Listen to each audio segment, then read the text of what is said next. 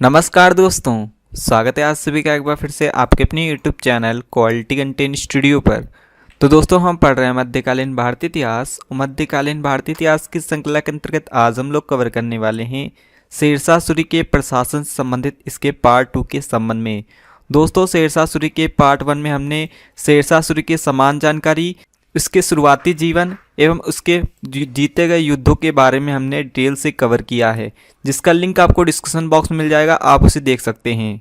आज के सेशन में दोस्तों पार्ट 2 में हम शेरशाह सूरी के प्रशासन से संबंधित सभी महत्वपूर्ण बिंदुओं को कवर करने वाले हैं। दोस्तों शेरशाह सूरी के प्रशासन में हम लोग सबसे पहले केंद्रीय प्रशासन पढ़ेंगे, फिर पढ़ेंगे प्रांतीय प्रशासन के संबंध में। इसके बाद दोस्तों हम जानेंगे सैनिक व्यवस्था, न्यायिक व्यवस्था और आर्थिक व्यवस्था के संबंध में। और लास्ट में दोस्तों शेरशाह सूरी के द्वारा कराए गए भारत में महत्वपूर्ण निर्माणों के बारे में जानेंगे, जिनसे रिलेटेड अक्सर एग्जाम में क्वेश्चन पूछे जाते हैं। आज के संदर्भ में देखें तो दोस्तों आज भी भारत में दो प्रकार का प्रशासन अपनाया जाता है, केंद्रीय प्रशासन और राज्य प्रशासन। उसी तरह दोस्तों शेरशाह सूरी के शासनकाल में भी केंद्रीय प्रशासन और प्रांतीय प्रशासन अपनाया गया था। दोस्तों आइए सबसे पहले जानते हैं केंद्रीय प्रशासन के संबंध में। जिस तरह दोस्तों आज हम देखते हैं भारत में कि केंद्रीय प्रशासन का सबसे बड़ा हेड जिसके पास वास्तविक शक्ति होती है वो होता है दोस्तों पीएम यानी कि प्रधानमंत्री।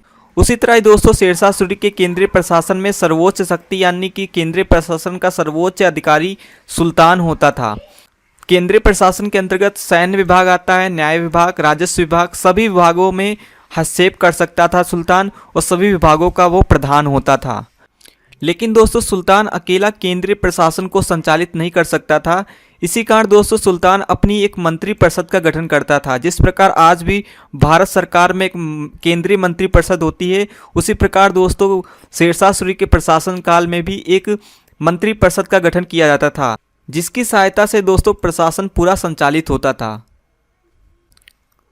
जैसा कि दोस्तों हमने जाना कि शेरशाह सूरी के प्रशासन में एक मंत्री परिषद का गठन किया जाता था, और उस मंत्री परिषद में दोस्तों अलग अलग विभाग होते थे और अलग अलग विभाग का एक प्रधान होता था, जिससे नाम से रिलेटेड दोस्तों एग्जाम में क्वेश्चन पूछे जाते हैं। जैसे कि आपसे पूछ लिया जाएगा कि लगान या वित्त विभाग के प्रधान को किस नाम से जाना जाता था शेरशाह सूरी के शासनकाल में, इस प्रकार के क्वेश्चन पूछे जाते हैं। जैसे कि दोस्तों दीवाने आरिज सैन्य विभाग के प्रधान को कहा जाता था, जिसका कार्य दोस्तों सेना की भर्ती करना, सेना संबंधी शिक्षा एवं नियंत्रण आदि कार्य करना। इसके अलावा दोस्तों एक दीवाने वजारत नाम का प्रधान होता था, जो लगान और वित्त विभाग का प्रधान कहलाता था, जो दोस्तों राज्य की आय संबंधी मामलों को संभालता था। उसी तरह ही दोस्तों दीवाने रसालत नाम का एक पद होता था, जिसे विदेश मंत्री कहा जाता था, जो दोस्तों विदेश संबंधी मामलों को संभालता था, जैसे कि पड़ोसियों से संबंध स्थापित करना, व्यापार करना आदि काम करता था। इसी तरह दोस्तों दीवाने इंसा नाम का भी एक पद होता था, जो पत्रचार विभाग का प्रधान होता था, और इसी को ही दोस्तों डाक विभाग के प्रधान के नाम से भी जाना जाता है। तो दीवाने इंसा दोस्तों पत्रचार विभाग का प्रधान होता था, जिसका कार्य सुल्तान के आदेशों को लिखना एवं पत्र द्वारा सूचनाओं को भिजवाना या भेजना आदि काम होता था। तो ये कुछ पॉइंट है दोस्तों मंत्री परिषद से संबंधित कुछ महत्वपूर्ण बिंदुओं के संबंध में, जो आपसे एग्जाम में पूछे जा सकते हैं। जैसा कि दोस्तों अभी हमने जाना कि शेरशाह सूरी के शासनकाल में मंत्री परिषद के अंतर्गत कई विभाग आते थे, उनके विभाग के अलग अलग अधिकारी होते थे। इसके अलावा भी दोस्तों शेरशाह सूरी ने अपने प्रशासन में अन्य अधिकारियों की भी नियुक्ति की थी। जैसे कि एक अधिकारी होता था जिसे दीवाने काजी कहा जाता था। दीवाने काजी दोस्तों केंद्र और प्रांत दोनों स्तर का मुख्य न्यायाधीश होता था। इसकी तुलना दोस्तों आज हम सुप्रीम कोर्ट की न्यायाधीश से कर सकते हैं, जिसका कार्य दोस्तों कानून की व्याख्या करना और न्याय आदि से संबंधित था। इसी तरह दोस्तों दीवाने बरीद नाम का एक पद होता था, जिसे गुप्तचर विभाग का प्रधान कहते थे। गुप्तचर विभाग यानी कि खुफिया विभाग होता था। जैसे आज हम भारत में रॉ की बात करें तो रॉ दोस्तों एक खुफिया विभाग एजेंसी है। उसी तरह दोस्तों शेरशाह सूरी के शासनकाल में बरीद ए मुबालिक एक खुफिया विभाग का प्रधान होता था, और इसका विभाग का नाम था दीवाने बरीद।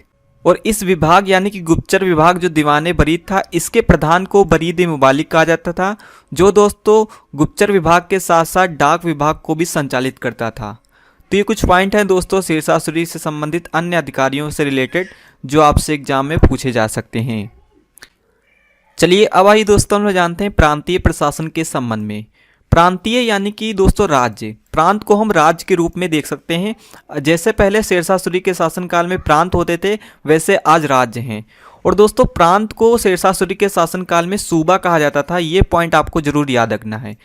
और दोस्तों शेरशाह सूरी के शासनकाल में जो प्रांत होते थे ये कई जिलों में विभाजित होते थे, लेकिन शेरशाह सूरी के प्रशासन में दोस्तों जिले को जिला नहीं कहकर सरकार के नाम से जाना जाता था। तो ये भी पॉइंट आपने याद रखना है कि शेरशाह सूरी के शासनकाल में जिले को किस नाम से जाना जाता था, तो सरकार के नाम से। इन सरकार की संख्या दोस्तों थी 47, यानी कि जिलों की संख्या थी शेरशाह सूरी के शासनकाल में 47। ये भी पॉइंट आपने याद रखना है। और दोस्तों ये जो जिले होते थे यानी कि जो सरकार होते थे शेरशाह सूरी के शासनकाल में, ये कई ब्लॉक में डिवाइड थे, लेकिन उस समय ब्लॉक को ब्लॉक ना कहकर परगना का नाम से जाना जाता था। तो ब्लॉक को शेरशाह सूरी के शासनकाल में परगना कहा जाता था, और ये परगने दोस्तों कई गांवों में डिवाइड होते थे। और दोस्तों यहाँ से एक क्वेश्चन पूछा जाता है कि शेरशाह सूरी के शासनकाल में प्रशासन की सबसे छोटी इकाई किसे कहा जाता था, तो गाँव को कहा जाता था, और सबसे बड़ी इकाई सूबा यानी कि प्रांत को कहा जाता था।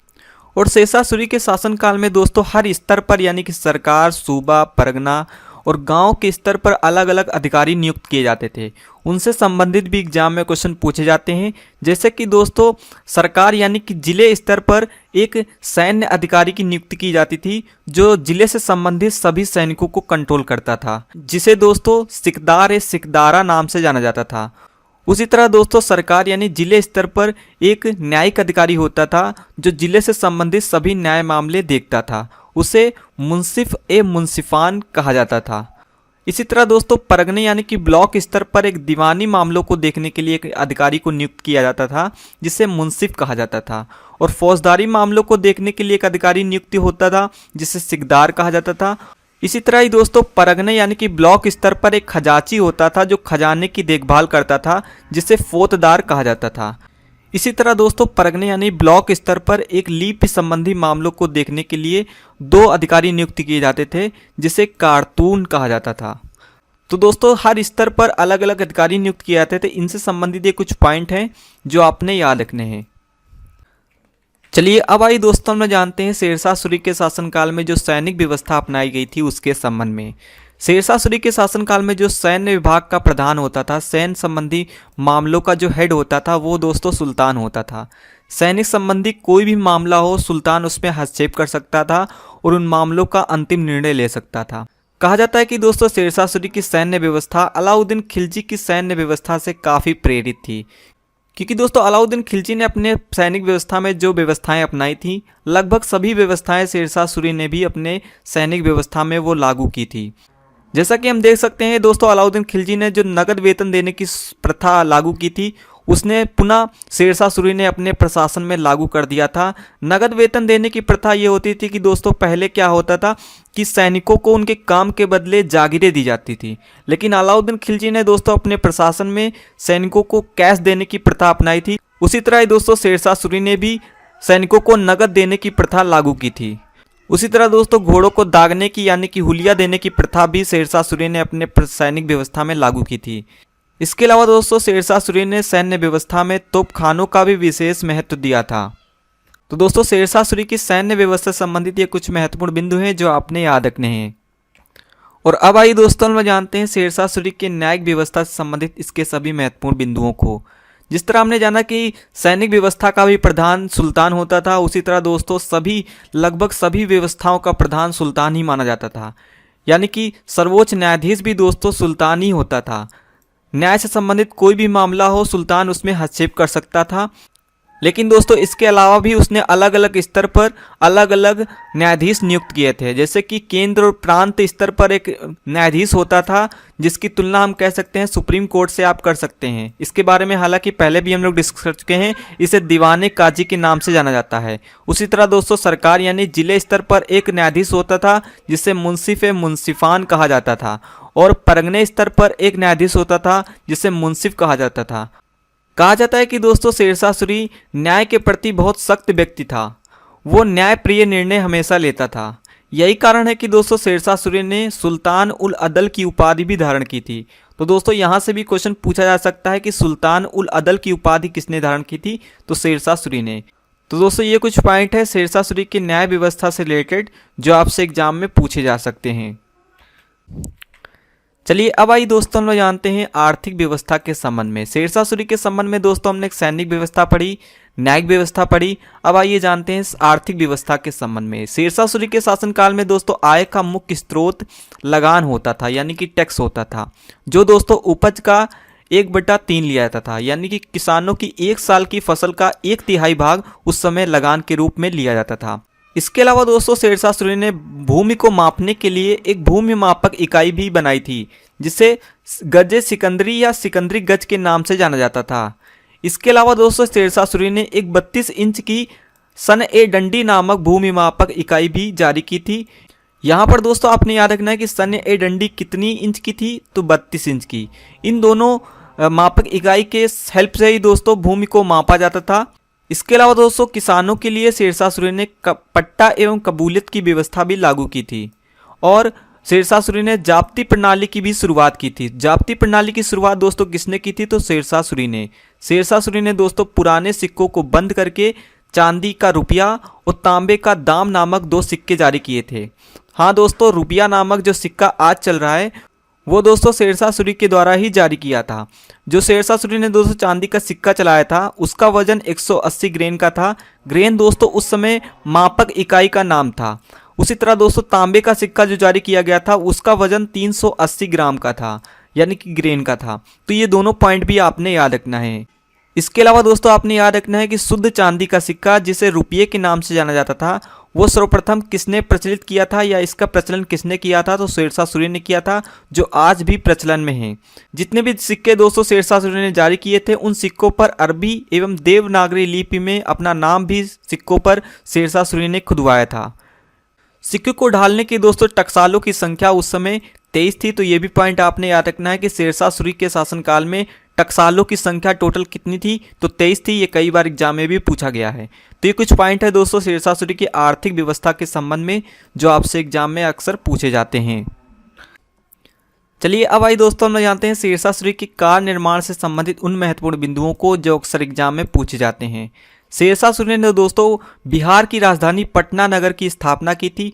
हाँ दोस्तों, जो आज पटना नगर है बिहार की जो राजधानी है, इसकी स्थापना शेरशाह सूरी के द्वारा ही की गई थी। न केवल दोस्तों शेरशाह सूरी ने पटना नगर की स्थापना की, बल्कि पहली बार दोस्तों पटना को अपनी प्रांतीय राजधानी बनाने वाला भी प्रथम सुल्तान शेरशाह सूरी ही माना जाता है। इसके अलावा दोस्तों सासाराम में अपने मकबरे का निर्माण भी शेरशाह सूरी ने करवाया था। सासाराम भी दोस्तों बिहार में पड़ता है। इसके अलावा दोस्तों अपने नाम पर शेरसूर नगर का निर्माण भी शेरशाह सूरी ने करवाया था। ये नगर दोस्तों कन्नौज को तुड़वाकर उसने करवाया था। इसके अलावा दोस्तों बिहार में ही उसने रोहतासगढ़ के किले का निर्माण भी करवाया था। तो दोस्तों शेरशाह सूरी ने बिहार में कई निर्माण करवाए थे, जैसे रोहतासगढ़ का किला, सासाराम में अपने मकबरा और पटना नगर की स्थापना। इसके अलावा दोस्तों शेरशाह सूरी ने जीटी यानी कि ग्रांटक रोड का निर्माण भी करवाया था, जो दोस्तों उस समय कलकत्ता से पेशावर तक जाती थी। इसके अलावा दोस्तों रोड या हाईवेज के किनारे यात्रियों की सुविधा के लिए उसने 700 सराय यानी कि होटल्स का भी निर्माण करवाया था। यात्रियों की देखभाल के लिए दोस्तों उसने वहां पर ब्राह्मणों की नियुक्ति की थी। यहाँ पर दोस्तों एक क्वेश्चन पूछा जाता है कि शेरशाह सूरी ने सराय में यानी कि होटलों में यात्रियों की देखभाल के लिए किसे नियुक्त किया था, तो ब्राह्मणों को नियुक्त किया था। इसके अलावा दोस्तों दिल्ली में शेरशाह सूरी ने किला एक कोहना नामक मस्जिद का निर्माण करवाया था, और दिल्ली में स्थित दोस्तों पुराने किले का निर्माण भी शेरशाह सूरी ने करवाया था। ये भी पॉइंट मोस्ट इंपॉर्टेंट है, अक्सर पूछा जाता है कि दिल्ली के पुराने किले का निर्माण दोस्तों शेरशाह सूरी ने ही करवाया था। और दोस्तों आपको याद रखना है कि दिल्ली का पुराना किले का निर्माण तो शेरशाह सूरी ने करवाया था, लेकिन किसके शासनकाल में, तो हुमायूं के शासनकाल में। तो दोस्तों आज के लिए इतना ही। उम्मीद है दोस्तों आपको वीडियो इन्फॉर्मेटिव लगा होगा। लास्ट का वीडियो दोस्तों जो पार्ट 1 पढ़ाया गया है उसका लिंक भी डिस्क्रिप्शन बॉक्स में मिल जाएगा, आप उसे देख सकते हैं। इसके अलावा इस वीडियो कंटेंट की PDF का लिंक भी आपको डिस्क्रिप्शन बॉक्स मिल जाएगा, उसको भी आप डाउनलोड कर सकते हैं। तो दोस्तों आज के लिए इतना ही, मिलते हैं नेक्स्ट वीडियो में। तब तक take care and good bye.